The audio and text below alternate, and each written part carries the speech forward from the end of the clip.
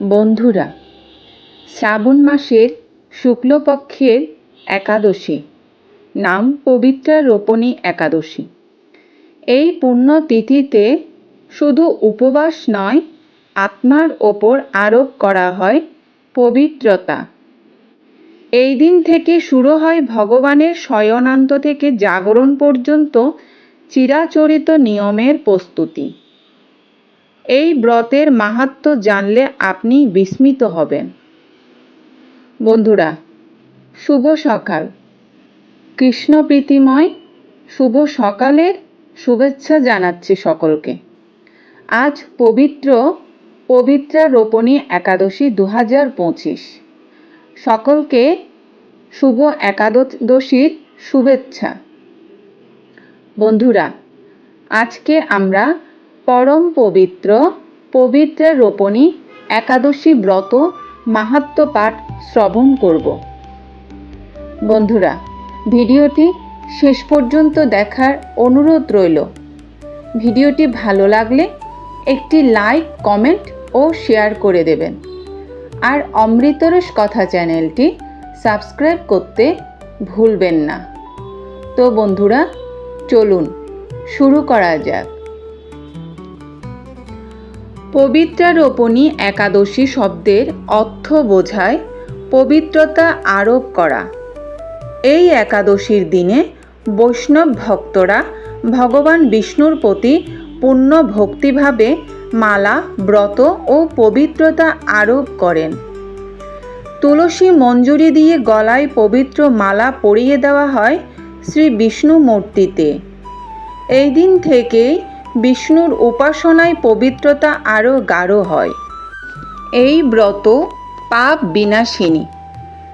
পূর্বপুরুষদের আত্মা শুদ্ধ হয় বলে শ্রাদ্ধ পক্ষের পূর্বে এই ব্রতের গুরুত্ব অনেক বেশি। যারা এই দিন উপবাস করে ও ভগবানের নাম স্মরণ করে, তারা শরীর, মন ও আত্মা 3 দিক থেকেই পবিত্র হয়ে ওঠেন। তুলসী, গঙ্গাজল, ভগবানের নাম, এই 3-এর যোগে জীবনের সমস্ত অকল্যাণ ধুয়ে যায়।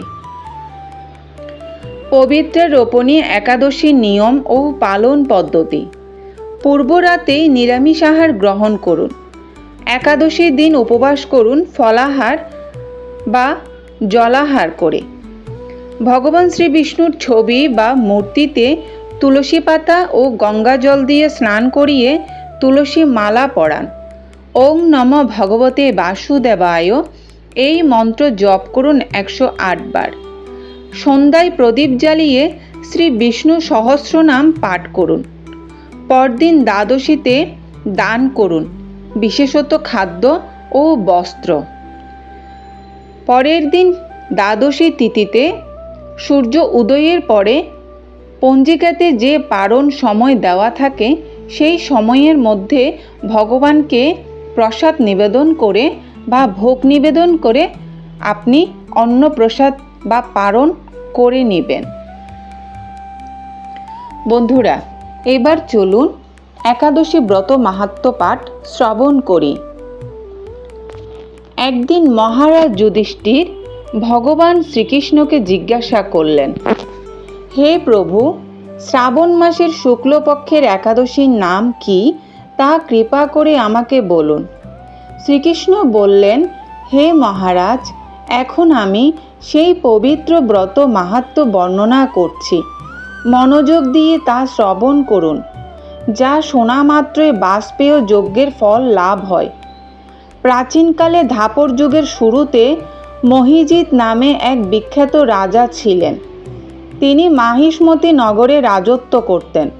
কিন্তু দুঃখের বিষয় এই যে তার মনে বিন্দু মাত্র সুখ শান্তি ছিল না, কেননা তিনি ছিলেন অপুত্রক।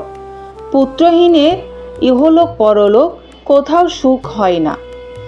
এইরূপ চিন্তা করতে করতে বহুদিন কেটে গেল, কিন্তু তবুও পুত্রমুখ দর্শনে রাজা বঞ্চিতই রইলেন। নিজেকে অত্যন্ত দুর্ভাগা মনে করে রাজা চিন্তাগ্রস্ত হলেন। প্রজাদের সামনে গিয়ে বলতে লাগলেন, হে প্রজাবৃন্দ, তোমরা শোনো, আমি এই জন্মে তো কোনো পাপ কাজ করিনি, অন্যায়ভাবে আমার রাজকোষও বৃদ্ধি করিনি, ব্রাহ্মণ বা দেবতাদের সম্পদ কখনো গ্রহণ করিনি, উপরন্তু প্রজাদেরকে পুত্রের মতো পালন করেছি, ধর্ম অনুযায়ী পৃথিবী শাসন করেছি, দুষ্টদের যথা অনুরূপ দণ্ড দিয়েছি, সজ্জন ব্যক্তিদের যথাযোগ্য সম্মান করতেও কখনো অবহেলা করিনি। তাই হে ব্রাহ্মণগণ, এই প্রকার ধর্মপথ অবলম্বন করা সত্ত্বেও কেন আমার পুত্র লাভ হলো না তা আপনারা কৃপা করে অনুসন্ধান করুন। রাজার এই প্রকার কাথর উক্তি শ্রবণে ব্যথিত রাজভক্ত পুরোহিত ব্রাহ্মণগণ রাজার মঙ্গলের জন্য গভীর বনে টিকালজ্ঞ মুনি ঋষির কাছে যেতে মনস্থ করলেন। বনের মধ্যে ঋষিদের আশ্রম সকল দেখতে দেখতে তারা এক মুনির সন্ধান পেলেন। তিনি দীর্ঘায়ু, নিরোগ, নিরাহারে ঘোর তপস্যায় মগ্ন ছিলেন। সর্বশাস্ত্র বিশারদ ধর্মতত্ত্বজ্ঞ ও টিকালজ্ঞ সেই মহামুনি লোমশ নামে পরিচিত। ব্রহ্মার এক কল্প অতিবাহিত হলে মণিবরের গায়ের একটি লোম পরিত্যক্ত হতো। এই কারণে এই মহামুনির নাম লোমশ। তাকে দেখে সকলে ধন্য হলেন। তারা পরস্পর বলতে লাগলেন যে আমাদের বহু জন্মের সৌভাগ্যের ফলে আজ আমরা এই মণিবরের সাক্ষাৎ লাভ করলাম। তারপর ঋষিবর তাদের সম্বোধন করে বললেন, কী কারণে আপনারা এখানে এসেছেন এবং কেনই বা আমার এত প্রশংসা করছেন তা স্পষ্ট করে বলুন। আপনাদের যাতে মঙ্গল হয় আমি নিশ্চয় তার চেষ্টা করব। ব্রাহ্মণেরা বললেন, হে ঋষিবর, আমরা যে উদ্দেশ্য এখানে এসেছি আপনি তা কৃপা করে শুনুন। এই পৃথিবীতে আপনার মতো শ্রেষ্ঠ ব্যক্তি আর কোথাও নেই। মহিজিৎ নামে এক রাজা নিঃসন্তান হওয়ায় অতি দুঃখে দিন যাপন করছে। আমরা তার প্রজা। তিনি আমাদেরকে পুত্রের মতো পালন করেন, কিন্তু তিনি পুত্রহীন বলে আমরাও সবাই মর্মাহত। তার দুঃখ দূর করতে আমরা এই বনে প্রবেশ করেছি।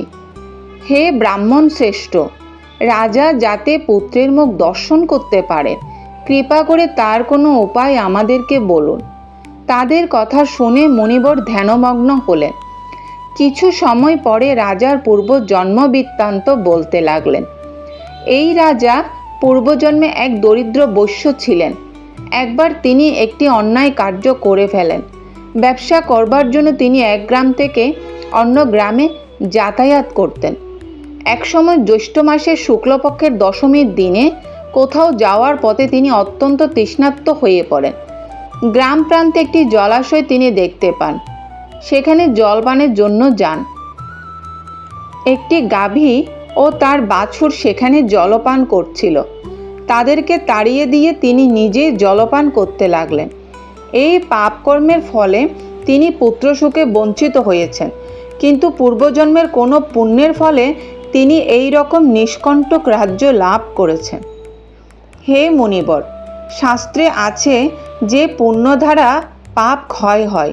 তাই আপনি এমন একটি পুণ্যব্রতের উপদেশ করুন যাতে তার প্রারব্ধ পাপ দূর হয় এবং আপনার অনুগ্রহে তিনি পুত্র সন্তান লাভ করতে পারেন। লোমশ মুনি বললেন, শ্রাবণ মাসের শুক্লপক্ষের পবিত্রা রোপণী একাদশী ব্রত অভীষ্ট ফল প্রদান করে। আপনারা যথাবিধি তা সকলে পালন করুন। লোমশ মুনির উপদেশ শুনে আনন্দ চিত্রে গৃহে প্রত্যাবর্তন করে তারা রাজাকে সে সকল কথা জানালেন। তারপর সকলে মিলে মুনির নির্দেশ অনুসারে ব্রত পালন করলেন। তাদের সকলের পুণ্যফল রাজাকে প্রদান করলেন। সেই পুণ্য প্রভাবে রাজমহিষী গর্ভবতী হলেন। উপযুক্ত সময়ে বলিষ্ঠ সর্বাঙ্গ সুন্দর এক পুত্র সন্তানের জন্মদান করলেন। ভবিষ্যত্তর পুরাণে এই মাহাত্ম্য বর্ণিত হয়েছে। এই ব্রত মাহাত্ম্য যিনি পাঠ বা শ্রবণ করবেন তিনি সমস্ত পাপ থেকে মুক্ত হবেন এবং পুত্রশোক ভোগ করে অবশেষে দিব্যধাম প্রাপ্ত হবেন। সকলের মঙ্গল হোক। এখানেই ভিডিও শেষ করছি। শুভ হোক পবিত্রারোপণী একাদশী। জয় শ্রীকৃষ্ণ, জয় শ্রী রাধে।